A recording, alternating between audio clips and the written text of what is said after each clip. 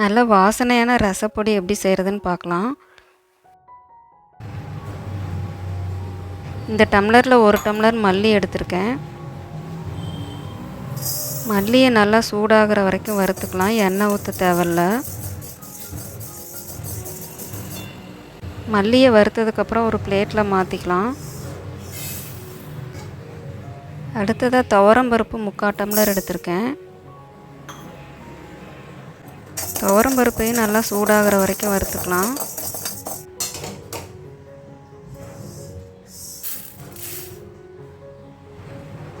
சீரகம் 1/2 டம்ளர் எடுத்திருக்கேன். அதையும் சூடாகிற வரைக்கும் வறுத்துக்கலாம். 1 டம்ளர் மல்லிக்கு 3/4 டம்ளர் துவரம்பருப்பும் 1/2 டம்ளர் சீரகமும் சேர்த்துருக்கேன். அடுத்ததாக 1/2 டம்ளர் மிளகு எடுத்திருக்கேன். அதையும் வறுத்து பிளேட்டுக்கு மாற்றிக்கலாம்.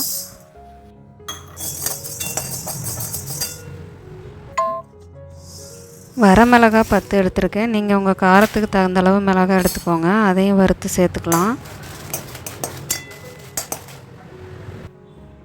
கருவேப்பிலையை நல்லா கழுவிட்டு ஈரம் இல்லாமல் துடைச்சி வச்சுருக்கேன்.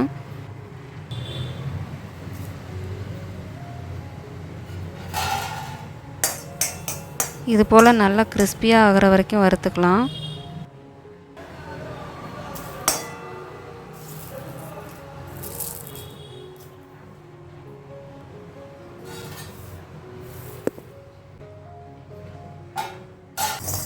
வாசனைக்காக 1 டீஸ்பூன் வெந்தயம் எடுத்திருக்கேன். அதையும் நல்லா வறுத்து சேர்த்துக்கலாம்.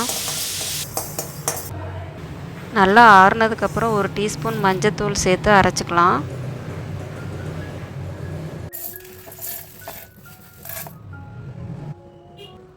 ரொம்ப நைஸாக அரைக்காமல் இது போல் அரைச்சி ஒரு கண்டெய்னரில் ஸ்டோர் பண்ணி வச்சுக்கோங்க.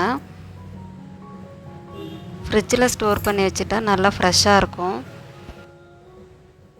நீங்களும் இந்த மெத்தடில் ஒரு முறை அரைச்சி பாருங்கள். நல்லா வாசனையாக இருக்கும்.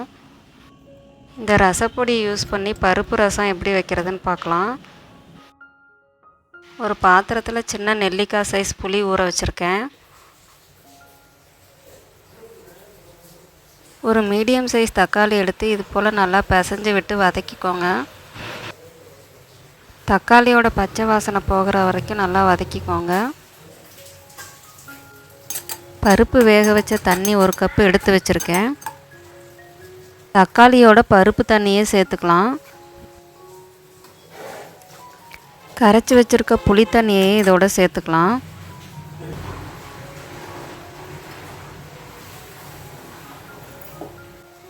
ரெண்டாக கட் பண்ண பச்சை மிளகாய், 1 வரமிளகாய், 4 பல்லு பூண்டு தட்டி சேர்த்துருக்கேன்.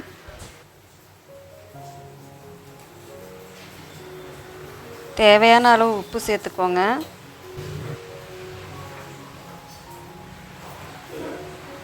ரசம் நல்லா கொதித்து வரத்துக்கு முன்னாடி கடுகு தாளித்து ரெடியாக வச்சுக்கலாம்.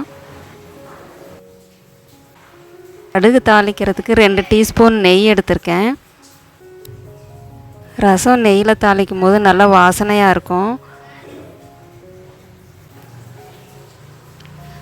கடுகு உளுத்தம்பருப்பு சேர்த்ததுக்கப்புறம் 1 வரமிளகாய் சேர்த்துருக்கேன். 1 கொத்து கருவேப்பிலையும் 1/2 டீஸ்பூன் பெருங்காயமும் சேர்த்துக்கலாம்.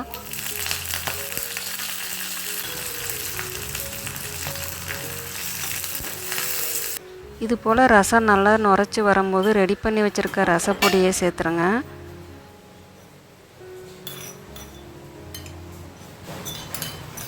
கடைசியாக தாளிப்பையும் பொடியாக கட் பண்ண கொத்தமல்லியையும் சேர்த்துக்கலாம்.